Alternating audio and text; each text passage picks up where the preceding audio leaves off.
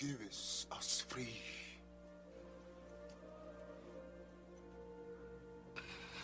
Give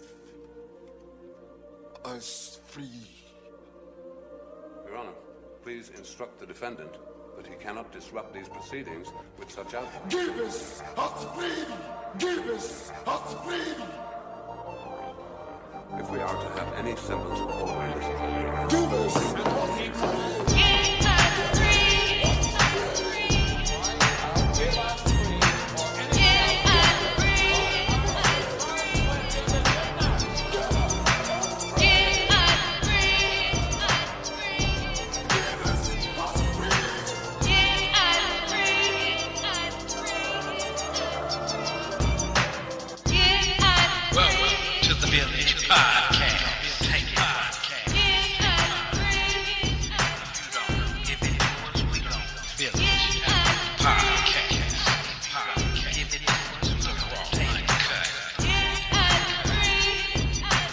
Peace, unity, and welcome my conscious and unconscious family and friends.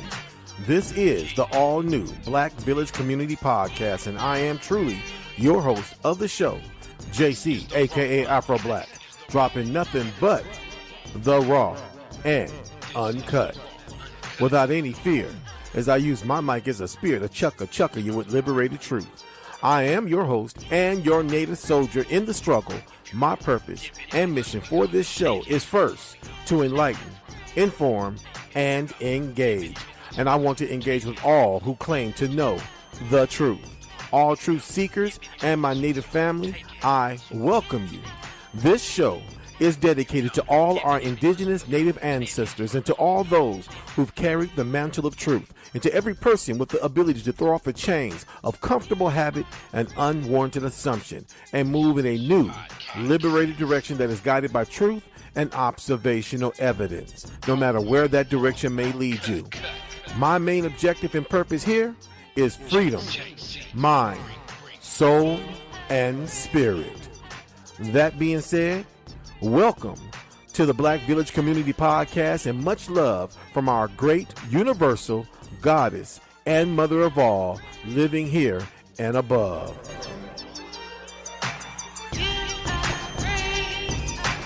AC in the house. Last words on my lips, I am revolutionary. And you're going to have to keep on saying that. We must defend ourselves, as Malcolm X said, by any means necessary. Bloods and the Crips, they said that we're not going to deal with that like that. You hit me, I'm hitting you back. You shoot me, I'm shooting you back. So they wasn't going for it no more. What you see in terms of adolescents out of school is the frustration in trying to plug in. School and youth aid budgets continue to shrink, and California falls from 9th to 33rd Everybody place. that go to the school almost is engaged. Children are turning away from their parents, and they're getting involved with the gang. Every year you get more blood, every year you get more Crips, you lose more Crips, you lose more blood. It's a cycle that's going on. New Jersey Devil. Yeah, motherfuckers. It's the motherfucking game. Chichichu, you name. G. I got 100 guns and 100 clips, nigga. I'm in New York, with 100 bloods and 100 Crips. Whenever I'm in New York. I got 100 guns and 100 clips, nigga. I'm in New York. Ride with 100 bloods and 100 Crips whenever I'm in New York. Everybody wanna know why he got beat, cause in my dreams I talked to Pac and B.I.G. Got on the plane hoping at the NYC. It's me behind these bars like Chi Ali. Niggas want me to D.I.E. Been there, done that. Woke up from a coma on 3 IVs. Eyes on the throne with somebody in my seat. Fiddling with rap like Marie Ben-Ari. I scoop up Swizz, drive through the Bronx and get Jade on the phone. My next stop is Yonkers. After that is Harlem. Why? Cause I'm a certified gangster and Jim Jones throwing the blood party. Red bandanas from 93rd to 115th and Lenox. It's the sequel to Menace. And oh Lord, he then went old dog. Made 50s beef his and knocked them both off. I got 100 guns and 100 clips, nigga. I'm in New York. With 100 bloods and 100 Crips whenever I'm in New York. I got 100 guns and 100 clips, nigga. I'm in New York. Ride with 100 bloods and 100 crips whenever I'm in New York.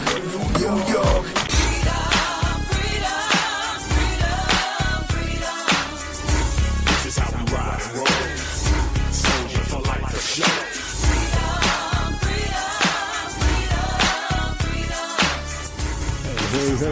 Hey. This is JC for Black, JC aka for Black, and I am here with you for another Indigenous Sunday to do nothing and share nothing but the raw and uncut. That's what I do here at the BlackVillage Community Podcast. Let me turn down my theme music there. Give us something more laid back to Vertebrate 2. I am here with you at the BlackVillage Community Podcast, and we are here on another Indigenous Sunday to share nothing but the raw and uncut. And I almost didn't make it out today. You feel me? I had so much going on. Let me put on my theme music, give us something more laid back too, so I have to reverberate so I can get this thing going here, people. You feel me? Here we go. Some Tupac in the backdrop. There we go. Yeah, I almost didn't make it on my podcast today. I had so much going on today. You feel me? And matter of fact, I'm trying to get my conference room going on. My conference room shutting down on me. Also, I had issues. My router from my show, for my internet went down on me. You feel me? And I couldn't get that going. Yeah. So people, I'm getting it going. I got it going. I'm gonna do this show. I got some things I want to talk about. I'm going to get this thing going so we can get it going today. We will now connect you to your call. Yeah, you are the first attendee in this conference. There we go. Got my conference. The host has joined the conference. Now, I had my conference room open before I started my show, but my conference room shut down, and my connection to my conference room was disconnected. Like I said earlier, this starting Saturday, even before my Sunday show, Saturday, my router died on me. I had no internet. My network was totally down. My router literally died on me. So I had to get another router, which I didn't get up until today.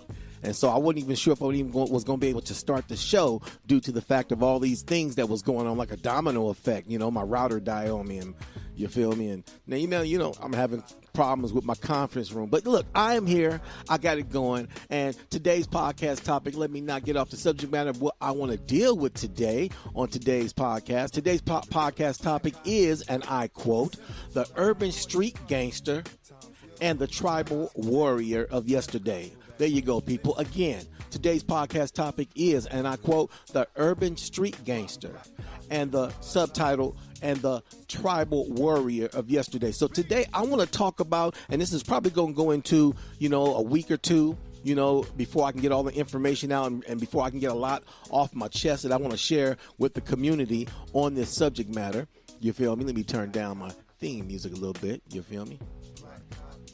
So there's a lot I want to share, okay? And one of the things I want to share, the first thing I want to talk about, people, on this subject matter is that the street gangster, me myself, I'm myself born and raised, a part of my life in Los Angeles, and seeing the gang banging and the street gang banging going on there.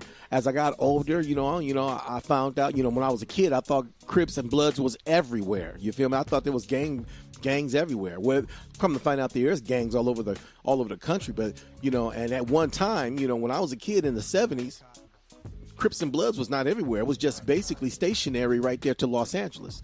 But as the years has gone by, as we see now, you got Crips and Bloods in a lot of parts of this country. And in some parts of the country, you would never think that Crips and Bloods would be at, and they're there. You feel me? But there are many other large gangs as well. You got from Chicago, from the East, you got the Vice Lords, and then in New York, you got the Latin Kings, and you got other gangs as well. And you got other gangs, not just the Vice Lords, you feel me, in Chicago. You got other gangs as well. There's a lot of different types of, I say black and brown, so-called black and brown gangs. The question is, why do we have these gangs? And why have these gangs persisted and existed for so long? You feel me? And from an American Aboriginal perspective, because that's who I am, I'm not an African American. I'm not a Black American. They're my artificial constructs and labels that were given to my people by European Americans or Euro Americans. You feel me? I am an American Aborigine. You feel me? AKA Black Indian. So from the perspective, from an American Aborigine perspective, when I look at these young gangbangers, and I'm talking about even the brown, the Latino gangs as well. Like I say, my so-called black and brown brothers. You feel me? The so-called MF13s and the Vadio Diamonds, you feel me? So when you talk about even the Brown brothers, and these gangs have been around for years, since the 70s, and they're still here with us. As an American Aborigine and conscious and culturally conscious of my identity, when I see this, I keep seeing the Indian warrior of the past fighting the white man. That's what I keep seeing. And I'm telling you, there's some connections, and I want to talk about those connections that I see. Now, you got so many people coming with their perspective when they talk about gangbangers. And they always want to talk about the negative side of gangbanging. They always want to talk about what they think the solution is, and these solutions never work. A lot of solutions have been used to defuse or to annihilate or destroy the gangbanging lifestyle. But it's still here, and it ain't going nowhere, people. It ain't going nowhere. What's going to happen is, and I'm believing, that it's going to evolve to the next level and the next stage. You feel me?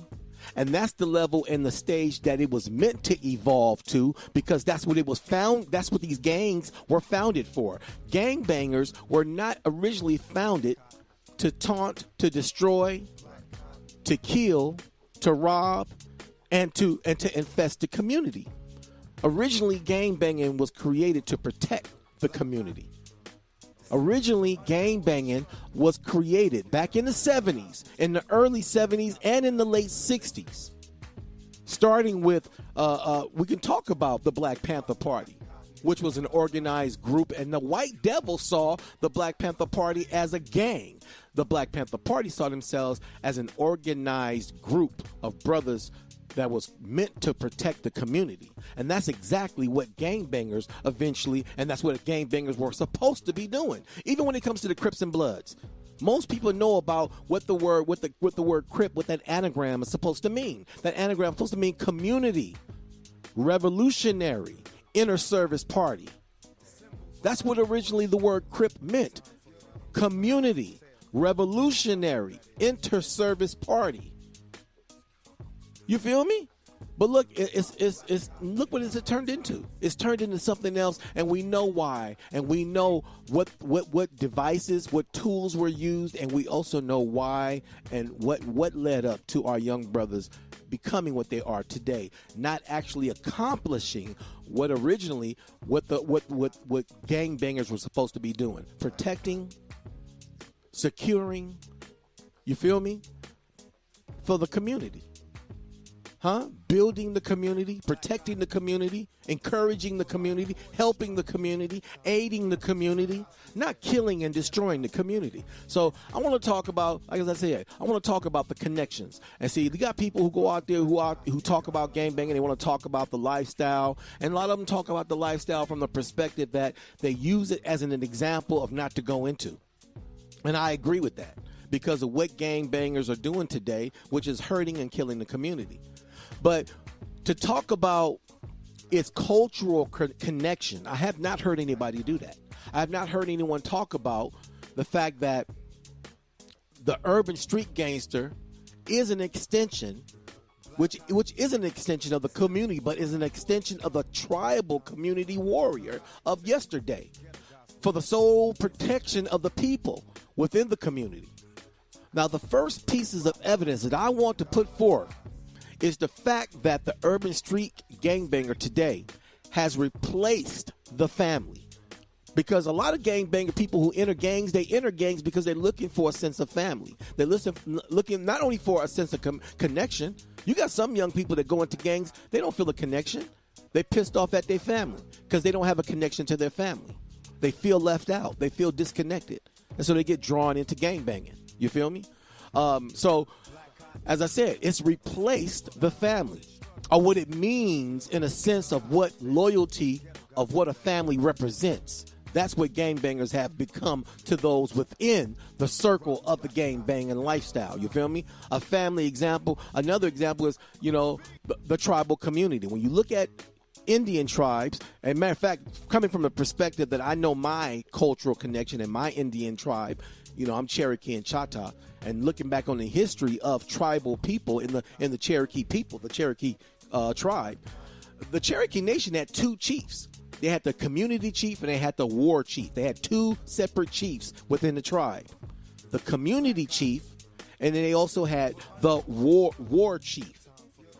And when you look at the war chief, they operated with the warriors like a family. They operated like a separate family. Yet they knew they were connected to their community family. But the reason why they acted and operated like a separate family when it came to the warrior tribe, or when it came to the warrior brothers and sisters, yes, they were sisters who were also warriors within the Cherokee tribe, they operated totally different once they were amongst one another and once they were operating together as a war tribe.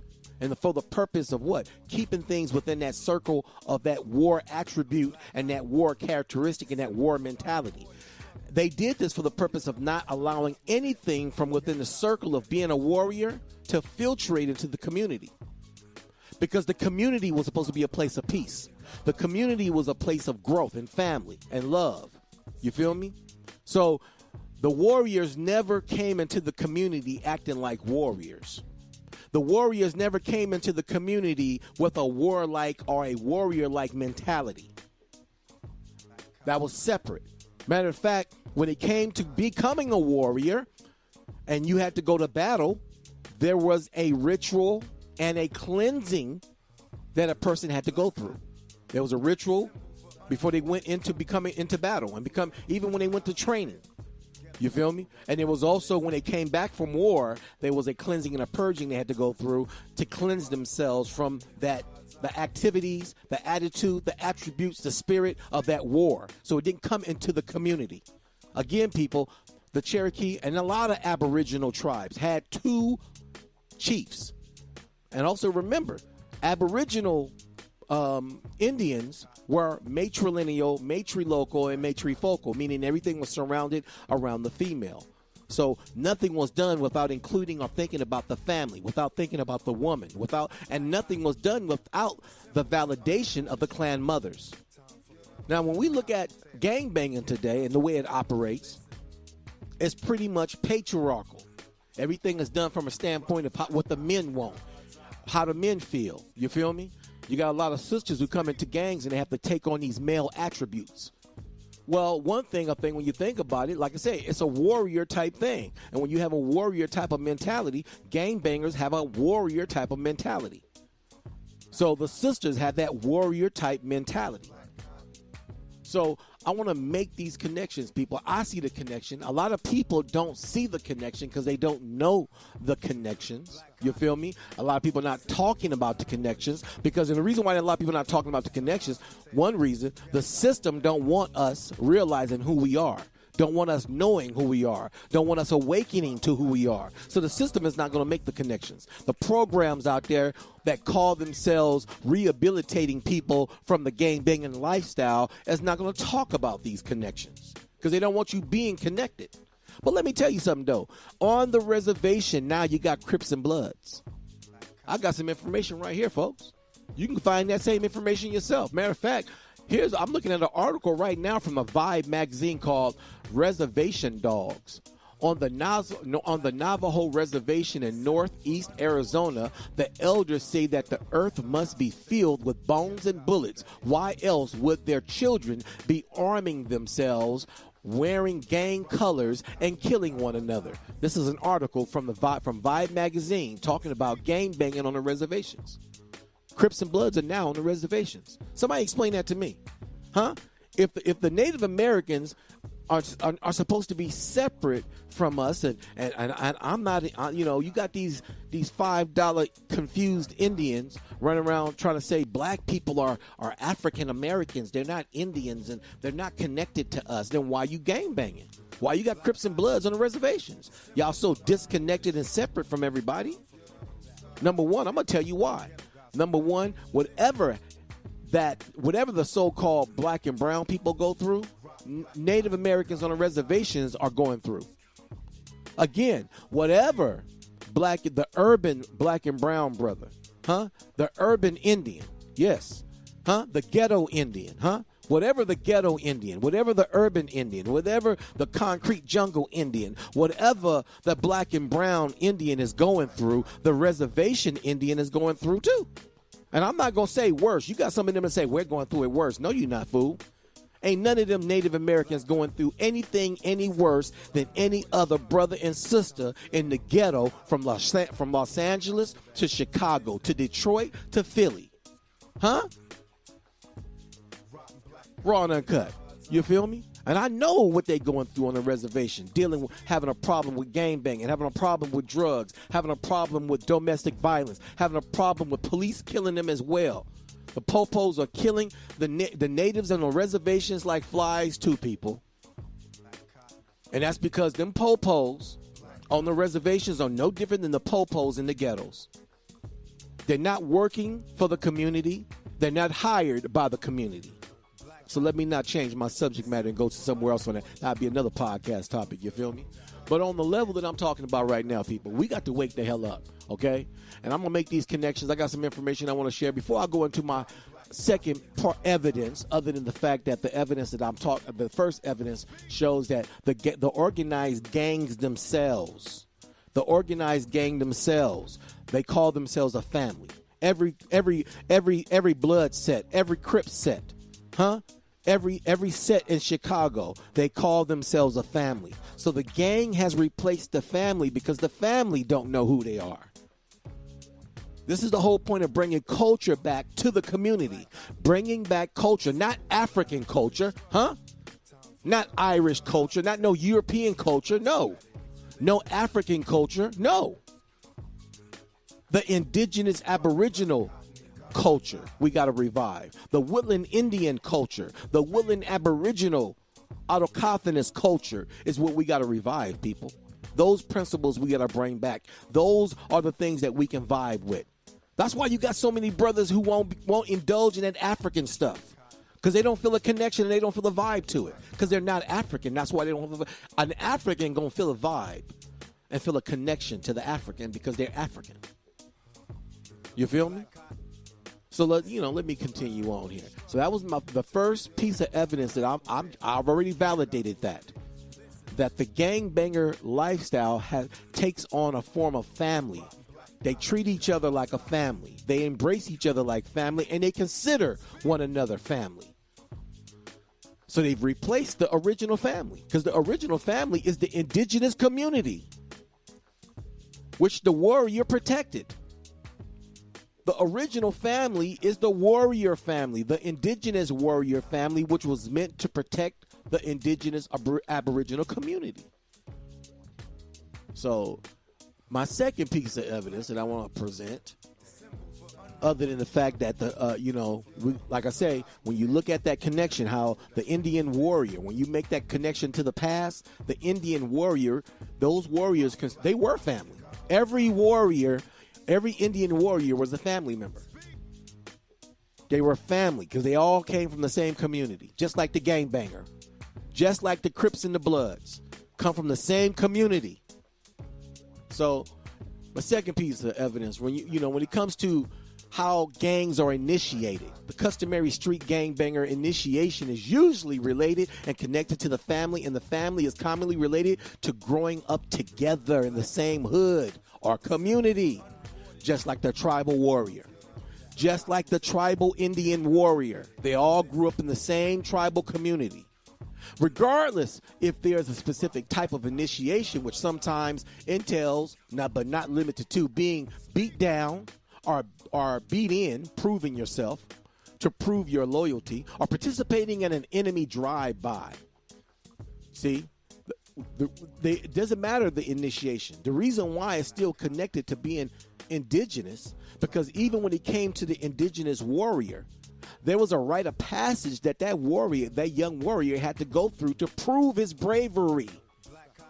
There was an initiation of rite of passage that every Indian young man warrior had to go through to prove his bravery.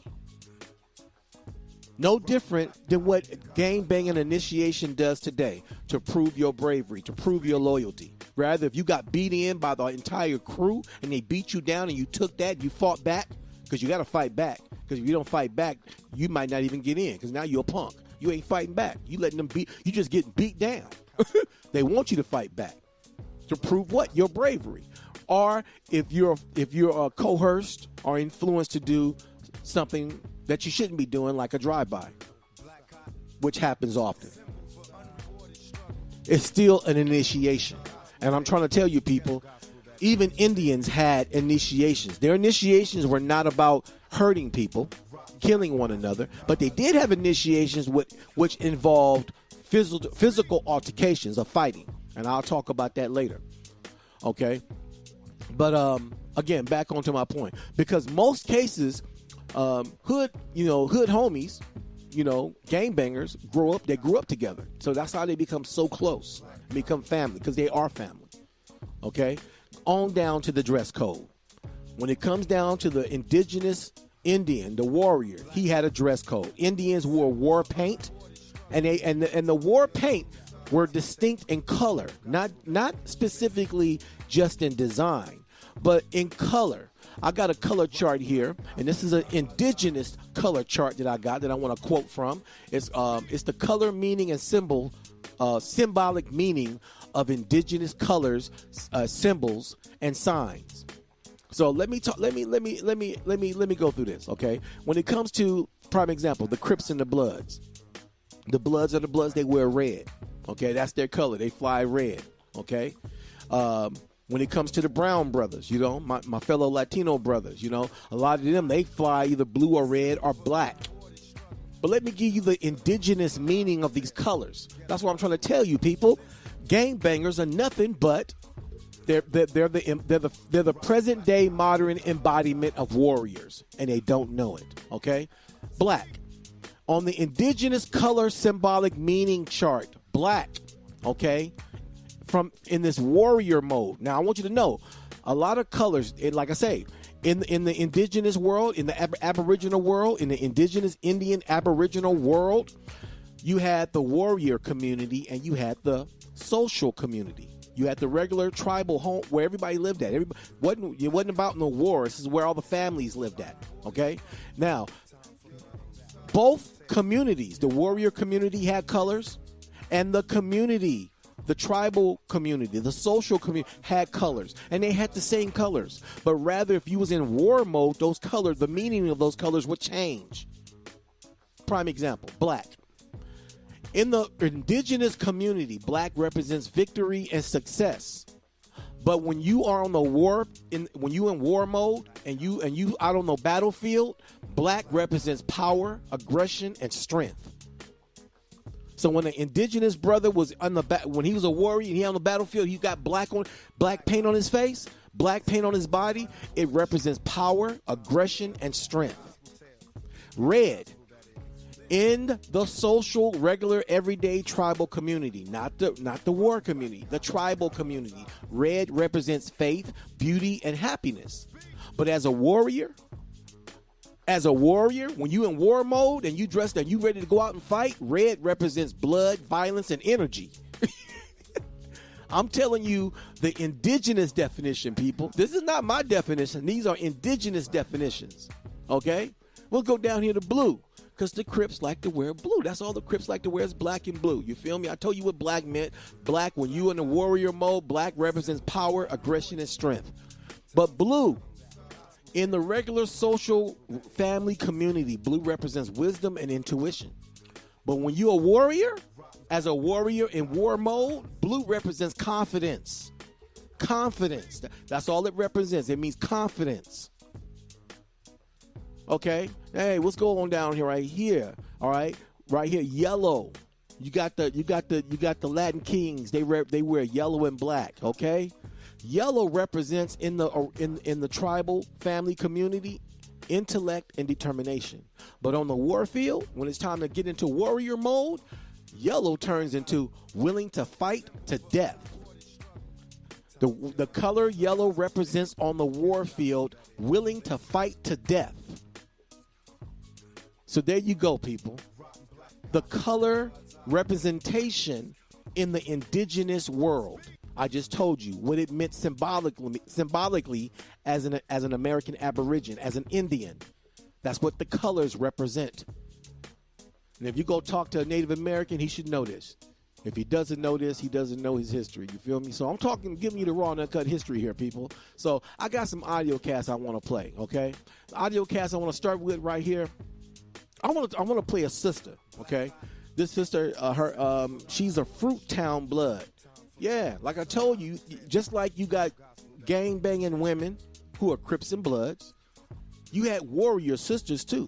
Indian indigenous warrior sisters willing to die for their land, die for their people, and they fought right alongside their warrior brothers. So you had indigenous brothers. And you see, the white man don't talk about the warrior women a whole lot. I got some information on warrior women. But I'm going to tell you right now, he don't talk about the women that fought in battle. White man is ashamed to talk about getting his ass whooped by a woman. That's why you got so many brothers today that same way. They got that same feeling. It's, it makes them angry. I ain't got my ass whooped by no woman. Yeah, you can too. Get your ass whooped by a woman. So, on that note, let me play this right here. I got this audio cast I want to play, and I shall return. This is about a Fruittown blood, a sister who's a gangbanger. She's a blood, and I'll be right back, and I will comment on the audio cast, and we'll take it from there. I shall return. Lady Scrap, Fruittown Brims, 35th Street, and you watching me on StreetGangster.com. I'm American Indian, Choctaw and Seminole. My mother's side was Choctaw, father's side is Seminole. We're in the projects. We on the 5. And what does the 5 mean to you? That's the block. I'm married to the block. 35th Street, I love this street. Fruittown Brims. Mm-hmm. Apples, peaches, plums, watermelons, cherries, fuck the thumbs. That's how the slogan goes. I chose cherries because I like them and they fit on my shoulders. Apples, peaches, the watermelons, they wouldn't have fit, it wouldn't have looked right. That's why it's not just called Fruit Gang. It's Fruittown Brim Gang. The produce van, the apple trees, the cherry trees, eating mango slices from the little Mexican vendors walking up the street with the chili on them. All of that means something to us, being over here, because that's what we grew up with in the summertime. That's what helped cool us down. I learned a lot about men. Hanging around men, you learn a lot about men. Niggas, whatever you want to call them, boys. You always demand respect. Always. No matter what, how old you get, who you are, what you do, you always demand respect. There's always a man that'll look at you in the relationship-wise. That's not a family relationship. That's going to try and test you like, really, you're a woman, I'm a man. You over here for something else. You ain't over here because of why I'm over here. Your love for this ain't the same love as me. And you got to prove that to them, show them. Like, yes, it is. I bleed the same thing you bleed. I'm with it fully, just like you. I'm just a girl. The female is the child bearer. So our strength is enormous. We are strong as heck. And we endure a lot. We always go through the pain and hardships. The males, they stigma is really they can't even cry in public. The females can cry whenever. Like, it's always hard. It's tough for a female not to cry or to not show the emotions, especially being a gang member. It's like I was saying, if the female can cry whenever, why shouldn't the male be able to? Why is it looked at like that? So, yeah. Why do you think it's looked at that way? Because that's the way the traditions is going. That's the way the stigmas is put out. It's that, the woman stays at home type of stereotype. You shouldn't be right here, out here with me, right here. It's like that. And when you're confronted with this type of discrimination and challenges, what do you do about it? It depends on who it's coming from. Really, it depends on who it's coming from. If I care enough about you to listen to what you say, then I'm going to take heed to it and still do what I'm going to do. But I'm going to take heed to it to where you will notice, like, okay, maybe she's not out as much, or she ain't getting locked up as much, or she didn't got off of parole, in that sense. Or it's something to where I'm looking at you like, really, You can't point the finger at me because it's so many pointing back at you. Watch the words you choose, you know? And have you dated a lot of people from Fruittown? No.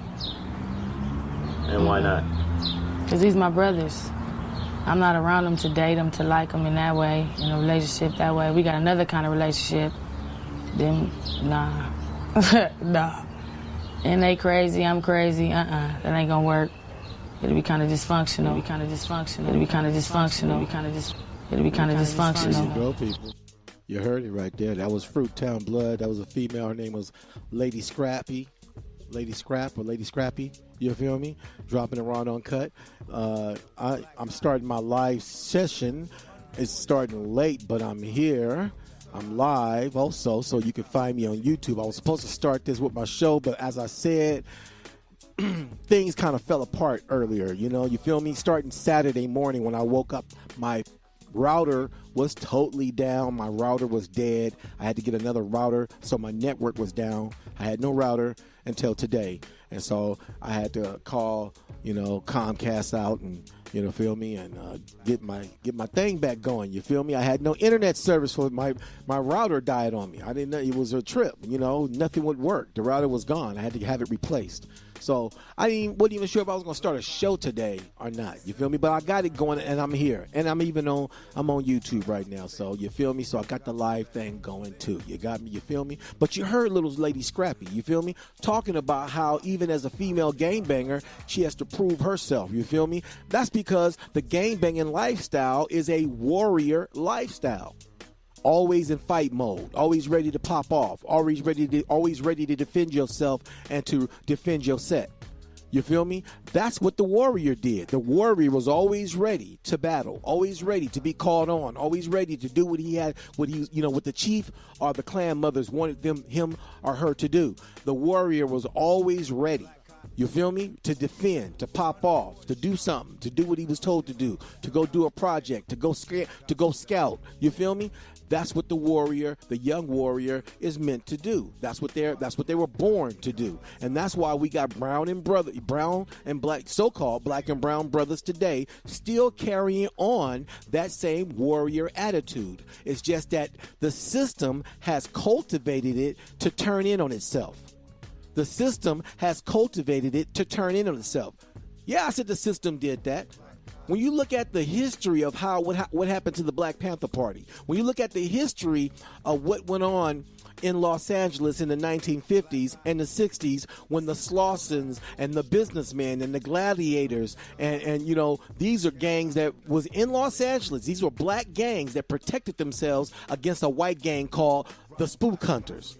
There was a white gang in the 1950s called the Spook Hunters that would go out and terrorize, beat down, beat up, hurt. If not, matter of fact, in the documentary that I've seen, they've even killed some black people. They called themselves the Spook Hunters. They wore black leather jackets with a noose on the back with a person being hung that was supposed to represent a so-called, indigenous brother. You feel me? Like I said, these white devils know who we are. They know that we are the original embodiment of the Indians that they encountered when their ancestors came here and colonized. They know that. That's why they play that psychological game, want to tell you, go back to Africa. Because they want you to think and they want you to believe. And also, it's a test for them to see where you at. It's a test for them and a test for you. They want to see where you at. Let me see if this nigga's stupid. Go back to Africa. And then you get mad and say, and you don't say nothing like, I ain't African, motherfucker. You dumb white motherfucker. Where are we standing at, motherfucker? That's right. I'm an American, motherfucker. You take your ass back to England. That's or Ireland, Scotland, Slav, whatever the fuck you came from and your grandparents immigrated from. Take your ass back, motherfucker. You the immigrant. They test, and you know what? A lot of people fail the test. You know why? Because they allow the system. I did it. I allowed the system. I was there. They allow the system to dictate their mindset. They allow the system to tell them who they are. They allow the system to manipulate their culture, to manipulate their life. And that's what we gotta awaken to, people. It's time for us to wake up and realize that we're not Africans and we're not in Africa. Your mama is not an African. Your daddy is not an African. Your grandmama wasn't an African. Your granddaddy wasn't an African either. Your great-grandparents aren't African. Now, why am I saying that so proudly? I'm not speaking to those that the shoe don't fit on. If the shoe don't fit, then you must quit. If the shoe don't work on your hand, on your feet, then it don't belong on you. If your grandmama is an African or your granddaddy is an African, then I'm not talking to you, Negro. The brothers and sisters out there who are like me, my grandmother is not African. My grandfather is not African. And my grandmother is still here. She 85. She 85 years old. Strong indigenous Aboriginal, and will tell you in a minute, I ain't no African. She'll tell you, I'm Cherokee. My grandmother, full-blood Cherokee. My grandfather was not an African, and his father was not an African. Mind you, people, and you need to wake up. I'm 51 years old, so I'm not no 21-year-old young man talking like he don't know what he's talking about. You feel me? I know what the fuck I'm talking about when they come to my family. And I know there's a lot of other so-called black people, I said so-called black people, with the same family. All their family is from here. Their grandparents, great-grandparents, and great-great-grandparents are from America. But we got these white devils trying to tell us that we're somebody else, playing that mental game. It's time for us to wake up, people. And once the indigenous warrior, you heard that sister tell you, Scrappy, she told you, she said she is what? Seminole. She said our daddy's Seminole Indian. And what she say? Make sure. Lady Scrap, Fruittown Brims, 35th Street. And you watch me on StreetGangster.com. I'm American Indian, Choctaw and Seminole. You heard her? Choctaw and Seminole. She said she's Choctaw and Seminole. No, my mother's side was Choctaw, father's side is Seminole. Once the indigenous warrior wake up in these gangs, once the Crips realize who they are, once the Bloods realize who they are, they're fighting, they're killing each other for their sets, and this is their land, this is their home, but they're fighting the wrong enemy. They're fighting the wrong enemy, and they're killing one another for the enemy. They're killing one another for the enemy. They're fighting the wrong enemy and killing each other for the enemy. They're doing the enemy a favor by literally killing one another and not caring about what they're doing and how they're doing it and why they're doing it. As I said, people, once the warrior wake up, and the warrior's going to wake up, because right now, people are waking up. Right now, brothers and sisters are waking up to who they are. So the young warrior will wake up. You heard that sister tell you she know who she is. She's a Fruittown blood, and she says she's Choctaw and Seminole. So she know who she is, people. It's just up to us to realize who we are. Now, once we spread this truth, and once young people spread this truth, and once this truth get out, and it grows and grows, and now not just knowing is not going to just be the element and solution to our cultural awakening, but you know what else is going to take? It's going to take sisters like her to now rejuvenate our people with the cultural knowledge and self-awareness. Because we got too much mess in our lives, too much negativity in our lives. We got too much, which has caused our people not to give a damn. So much hurt, so much pain, so much self-hatred. Because all the hurt and pain is turning this cup, turning this mess of self-hatred in on itself. And as a result, we got too many so-called black people, too many so-called black folks, too many so-called brown people that just don't give a damn. So it's going to take new mothers. It's going to take intelligent, wise, insightful mothers. It's going to take mothers that care about their culture and realize the importance of culture and what the strength of culture does to rejuvenate it back into their children. Just like it took time to turn our kids into what it is today. Now, I've seen it happen. I watched it happen. I'm 51 years old. I watched it happen in Los Angeles. I watched the gangs evolve. I've seen it evolve in my family, in my friends. I got family members right now that are doing time in the penitentiary. I got a cousin doing 32 years. I got another cousin doing several years. I mean, and they're younger than me. These are brothers. I said cousins. These are young cousins in their 20s doing time from gangbanging. Like I said, self-hatred. The self-hatred due to, and when you got self-hatred, is due to 9 times out of 10, self-hatred has everything to do with not knowing. Not knowing. Because if you don't know, how can you care? If you don't know, now it's going to bring in more confusion because you don't know. When you're not aware of who you are, not aware of the importance of culture, not aware of what culture can do to a family and to a community, which keeps it together, keeps everybody in unison, keeps the checks and balances in place.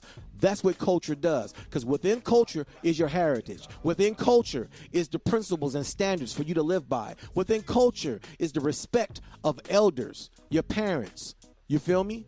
Your grandmothers, the women taking their place, the women knowing their place, the men knowing their place and taking their place. That's what culture does, and that's why we need to revive it. There is no culture in the ghetto. Where? Ain't no culture in the ghetto. Huh? Brown people got a sense of culture. That's why, the Latino community got more unity than the so-called black community, because the so-called black community, it has become cultureless. The so-called black community has become cultureless. And without culture, you have nothing but confusion. You feel me, people? And so let me go further into some of this information that I want to talk about as well. Like I said, the street dress code. When it comes to the street dress code, which is strictly and distinctly a dress code of street gang affiliation, and is generally a part of the code of conduct that identifies members and non-members of rival gangs and neighborhoods. Exactly, the street code. You feel me? Gangbangers dress a certain way. You feel me? They even, the gang banging signs, the signs with their hands and all that. You feel me? Those signs are not only signs to communicate, but them are signs that identify them, distinct them from one another as gang members. Indigenous warriors had the same thing. Indigenous Indian warriors had the same thing. They had symbols and signs they would do with their hands. With their hands, people. Matter of fact, the whole knowledge of signing for people who can't talk, they sign language. The sign language thing all came from indigenous people here in America. The whole symbol, for people who can't talk and can't communicate, can't hear and can't talk, and they sign with their hands. That's how they talk. That all came from Indians here in America, from North American indigenous Amerindian people. So again, even the warriors, when you research this, the Indian warriors had signs that the white men didn't understand what was being said. An Indian can communicate across the battlefield without yelling, just by throwing up signs. And then the Indians would know they would do another move. Why do you think the white men don't talk about the specifics of what happened in the battlefield in the 16th, 17th, and 18th century? Huh? And I'm going to tell you right now, I don't have time today, but maybe next week, I'm going to talk about some of those battles. I'm going to read some information on some of these battles that happened in the 17th, the 18th, and even up until the 19th century. They don't talk about the specific of those battles. And I'm going to tell you why. Because the white man was getting his ass kicked. The only reason why white people were able to take America from our ancestors was because of the fact of the technology of gunpowder. Hand-to-hand combat, they couldn't handle our people. I'm going to say it again. Hand-to-hand combat, the white devil could not handle the Aboriginal warrior. So that's why they was advancing the technology of guns so quickly in the 19th and the 18th century. Do the research on guns. I did a whole podcast. If you go check out my BlackVillage podcast page on Spreaker, I did about a whole 2-week session talking about the advancement of guns and how white people took America. They advanced guns hella fast between the 19th and the 18th century, starting in the 17th century. Now, guns go back further than that. We know that. The flintlock musket, which started back in the 13th and the 14th century. First time that the flintlock musket was seen over here in North America, the Spanish came over here with them. So we all know that. I know that. I'm not getting off on my heels, but I'm talking about the advancement of the technology from the musket, from the matchlock musket to the revolver, to the automatic semi-automatic gun, being able to shoot 6 bullets, or being able to shoot 6 balls. Before they had bullets, those little musket balls, they had a 6-shooter musket as well. They were advancing this technology over here against our indigenous ancestors, because the warrior was not something. He was the Indian warrior was no joke on the battlefield. Hand-to-hand combat, they knew how to fight. White man couldn't handle our people. Didn't matter if you had a knife. Didn't matter. You could still get your ass whooped. Indigenous warrior wasn't no joke. So the white man was advancing technology with gunpowder. When it came to the Gatling gun, before there was a Gatling gun, there was a gun that was like the Gatling called the what was that damn thing called?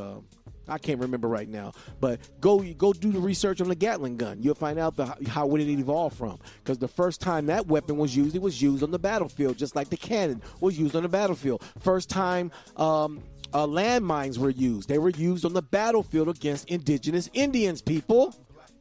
The first time landmines were used, which are the bombs they stick under the ground, they were used on indigenous people.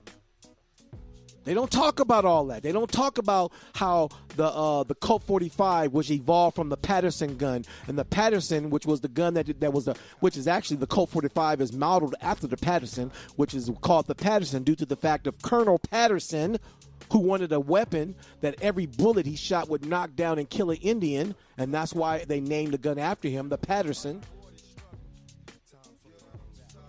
The only reason why the white man was able to take this country from our people was because of the advancement of gunpowder. That's it. Oh, yeah. Oh, coupled with the biological warfare they were using as well. Coupled with biological warfare, which they were using as well. So they try to crack me up how when I see these books, these white devils lying. They either lying or they ignorant and don't know history. Trying to make it, Indians were died off, due to, disease. Their numbers reduced. They, because just in coming into contact with the European, lying motherfucker. No, biological warfare. It was done intentional. In my old podcast, when I was talking about the advancement of weapons, if you go listen to those podcasts, you will hear me talk about, and I quote, I read from history, where colonels and generals they were talking about literally infesting and killing the Indians with disease blankets and they put water, whatever they could do to kill our people and to reduce our people's numbers, they were doing. And it's no different than today. The way how they treat white gangs versus how they treat the black and brown gangs. Listen to how they talk about when they talk about the white gangs, when they talk about the Hells Angels, when they talk about biker gangs. They talk about them like they kind of like they reverence them, like they like they kind of look up to them and honor them, like they're warrior type people. But when they talk about Crips and Bloods, they're just a menace to society. We got to stop them, and anything that has to do with unity amongst black and brown people, they got a problem with. And that's why it's so important for our young people to wake up. Okay, let me also, I got another audio cast I want to play. When I play this audio cast, anybody who's on YouTube, you're not going to hear the audio cast because it's being played on my radio broadcast. But before I go into any more audio casts, let me mention as well that I want to talk about the fact that there were also an Indian war tribe called the Bloods. I mentioned this before, and I want to mention it again. There was also an Aboriginal, indigenous Indian war tribe called the Bloods. Let me read this right quick. It says the Blood Indians, also known as the Kainai.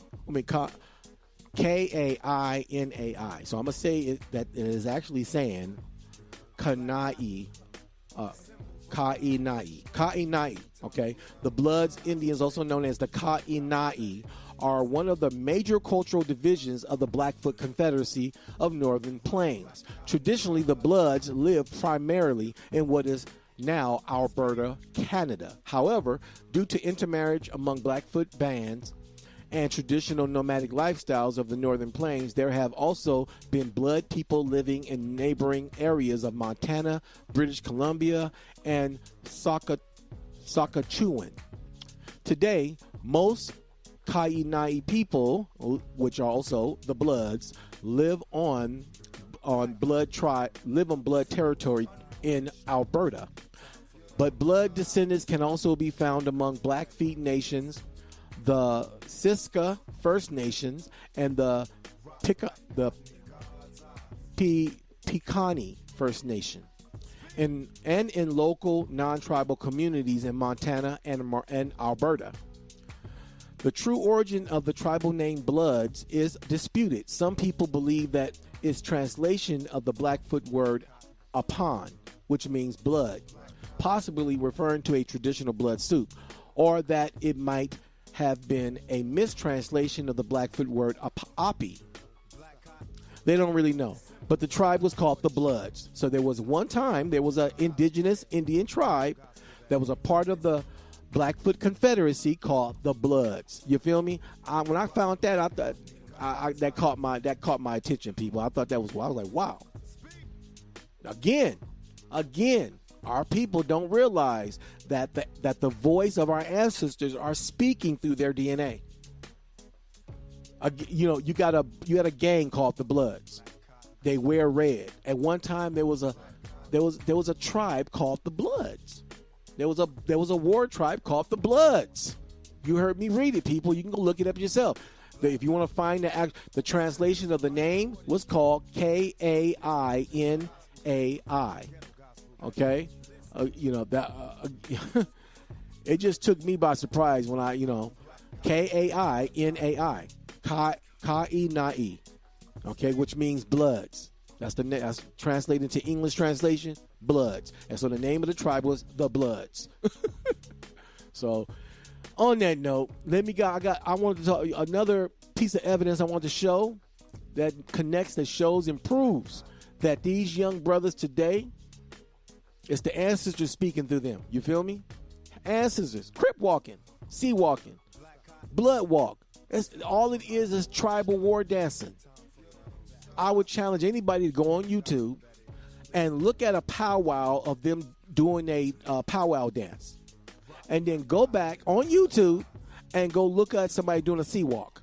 And I'm telling you, they're doing nothing but indigenous tribal war dancing. That's all it is, people. And I got some audio cast I want to play that's going to talk about that, the history, little history on the sea walk, you feel me? And I shall return right after this.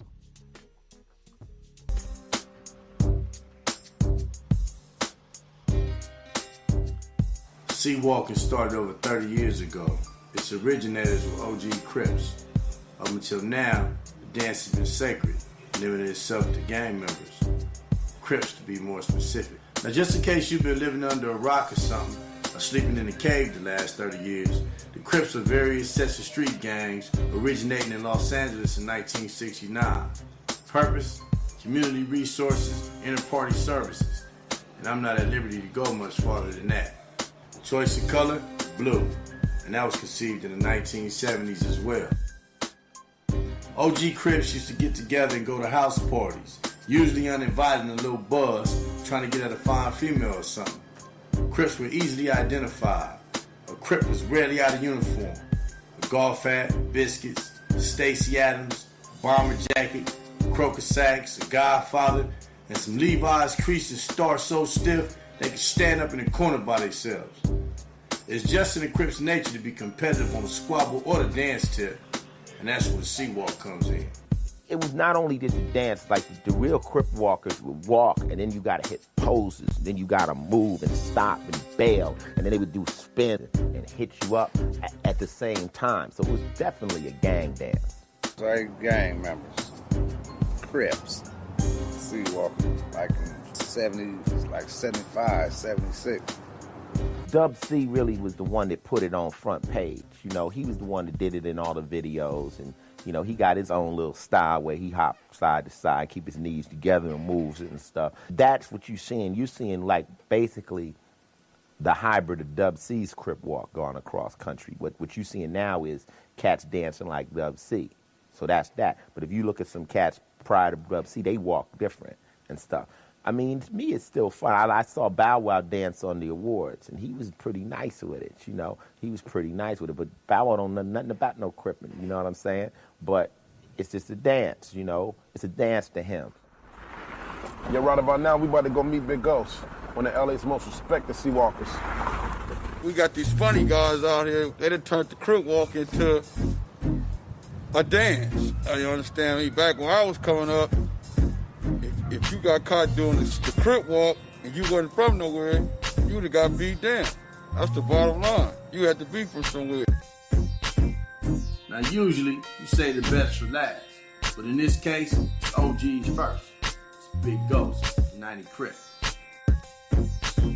Now, OGs like me looking down at the young homies and wondering, what is the young homies doing to let all these other guys come through and mess up the Crip walk and start putting it down in a way where it's no longer the Crip walk, it's just a walk. Niggas be walking, Crip walking like they some hard ass bangers or whatever. Nigga don't even hit a nigga, they be dancing with motherfuckers don't even bang, thinking they fresh as a motherfucker. Why was that nigga? Wasn't even about being all fresh, even though niggas stay fresh today. We stay fresh, we pop our whip, but it wasn't even all being with motherfucking Pele and all that shit. Nigga had some khakis, nigga some Ben Davis free stuff, tight ass motherfucking Pumas, and banging ass in any nigga where you from, just walking nigga and locking on sight, whatever. Period, point blank. I don't bang you, walking, bang, bang, bang, that's it. Sock you out. Done, got it. I remember when niggas, you know what I'm saying, niggas get his hat slapped off, and you know what I'm saying, depending on what hat you had on, then the other nigga was gonna take off on you on the side, you know what I'm saying, and starter jackets and all shit. So me growing up living this shit, and just to see niggas abuse it and make it a gimmick, I think it's whack. See a gang of girls Crip walking this shit, woo. It's gonna get back hot, cause niggas is banging again. Some motherfuckers out here banging again. It's gonna get back hot. The motherfucker starts like Easy said a long time ago, my baby ain't never hurt nobody, but still gotta shut at Bang Bang's party. Yeah. Don't hate it. You heard it, people. You're hearing it right there. They take that sea walking serious, people. They take that sea walking serious. Why gangbangers take the sea walking so serious? Why the Bloods take the blood walk so serious? Because it is a tribal warrior war dance, people, for warriors alone. Same thing with the indigenous ancestors. The war dance was only done by the warriors, not the women. Well, excuse me. Don't let me get that corrected. I said warriors. So regardless if that warrior was a woman or a man, it was only done by warriors. But it was not done by the rest of the community. The war dance was done by the warriors alone. There were a lot of dances and a lot of ceremonial, a lot of ritual, a lot of celebrative dances our people do. And I'm going to do a podcast on that, too, because I got a whole list of dances that Cherokee and Choctaw people do. And I'm going to tell you right now, Native Americans, the ones that call themselves Native Americans, they cannot... the reason why they don't dance because they ain't us. They don't... We dance the way we do. And the reason why we love to dance is because it's in our DNA. When I talk to you guys, I'm going to do another podcast, and I'm going to talk about all the ceremonial, celebrative, festive dances. There was dances that the indigenous Cherokee and Choctaw people would do for every. They had a dance for every holiday, every birthday, every solstice day, every festive day. If they were out picking, if they were cutting wood, they had a song and a dance. They had a wood dance called a wood dance. Cherokee got a dance called Knee Deep. They got the chicken dance, the snake dance, the crane dance. I'm going to talk about that, people. So Our people like to dance. How so-called black people like to dance? There's a reason, because it's in our DNA. It's indigenous, and that's why black folks, so-called black people in America, that's why our music, our dance is not the same as Africans. Africans don't sound like us. They don't rap like us. They don't dance like us, because they ain't us. They're not us, and we ain't them. So, in this podcast, I will be back. I will be continuing this to a part 2, because I got other information on here I didn't get a chance to share. Talking about the hand symbols and the gestures. I'm going to get into that next week. I'm also getting into more about the war. I'm going to get a little bit more about the war dances and stuff like that next week as well. I'm going to talk about some more about the reservation Indians as well. And I'm going to talk about more about the different types of dress codes and stuff. So I will be bringing this topic back next week, dropping nothing but the raw and uncut, as I always do here on the Black Village. You feel me? I love my people. You feel me? And you know what? We're waking up. The ancestors are waking up our people. You feel me? The indigenous Amerindian, the autochthonous, the ancient indigenous Aborigine, the woodland Indian is waking up. Pan-African Negroes can't stop it. Christian church, religion cannot stop it. We are waking up to who we are. We're realizing that America is the original indigenous home of the so-called black man and woman. I said so-called because we're not black, and black is not a correct representation of who we are as a people. See? So I will be back and dropping nothing but the raw and uncut. You feel me? So I got to go, peep. I love you guys. Join me next week. You can always join me. It doesn't cost you a dime, just a bit of your conscious time. You can join me and chime in at 857-232-0155. Conference code 947595. Again, you can chime in. I didn't quote it earlier, but I'm going to quote it now at the end of my session. You can always chime in. It doesn't cost you a dime. Just a bit of your conscious time. Toll free. 857-232-0155. Conference code 947595. So I got to go, people. I will definitely be back and dropping nothing but the raw and uncut. And this is JC, a.k.a. for Black, here at the Black Village. And I will be back next week at the same time from 3 to 4. So on that note, people, I gotta go. Peace. I'm out. I got 100 guns and 100 clips, nigga. I'm in New York, with 100 bloods and 100 crips. Whenever I'm in New York. I got 100 guns and 100 clips, nigga. I'm in New York, ride with 100 bloods and 100 crips. Whenever I'm in New York. New Aftermath chain on, that's the bling. Stones yellow and black, he a Latin king. Mírame, King Tone, El Jefe, Simone. Translation, I get money off ringtones. King blood, even though I used to sling drugs. When I see Snoopy, tell me, keep doing your thing, cuz. I do it cuz I love it, do it for the niggas that don't know the difference between Chuck Taylors and Chuckers. I'm a gangster, tell Remy Martin I wanna fuck her. That's what I call a championship game at the Rucker. Y'all want beef, change the subject. Y'all ain't got no stars like the flag of the Dominican Republic. After Angie's show, I was finna get the bus and catch a cab to Houston and ask any nigga hustling. I ain't have to live in New York all my life to know the A&D train go to Washington Heights. I got 100 guns and 100 clips, nigga. I'm in New York, with 100 bloods and 100 crips. Whenever I'm in New York. I got 100 guns and 100 clips, nigga. I'm in New York, ride with 100 bloods and 100 crips. Whenever I'm in New York. Left the VMA Awards, went back to the hood. Streets is talking, game got slapped by Suge. False, I was face to face with him. Media wanna criticize the game like he had Mace with him. He a hood nigga that ain't never try to snake niggas. Walk through the 5 boroughs, never had Jake with him. Bake it how you want, ain't no cupcake in them. Even Diddy know I make the city glow. Never had an album, never had his own video. Now I was selling crack while Ja was watching 50 blow. White t-shirt, Converse in my Dickies on. Signed with Dre, recorded 150 songs. Now the fucking hip-hop police hating, trying to run me out of New York like Anthony Mason. Nigga, I come and erase you. Only nigga from California that'll come from the tongue with a race. I got 100 guns and 100 clips, nigga. I'm in New York, with 100 bloods and 100 crips. Whenever I'm in New York. I I got 100 guns and 100 clips, nigga. I'm in New York. New York, ride with 100 bloods and 100 crips whenever I'm in New York. New York, New York, New York.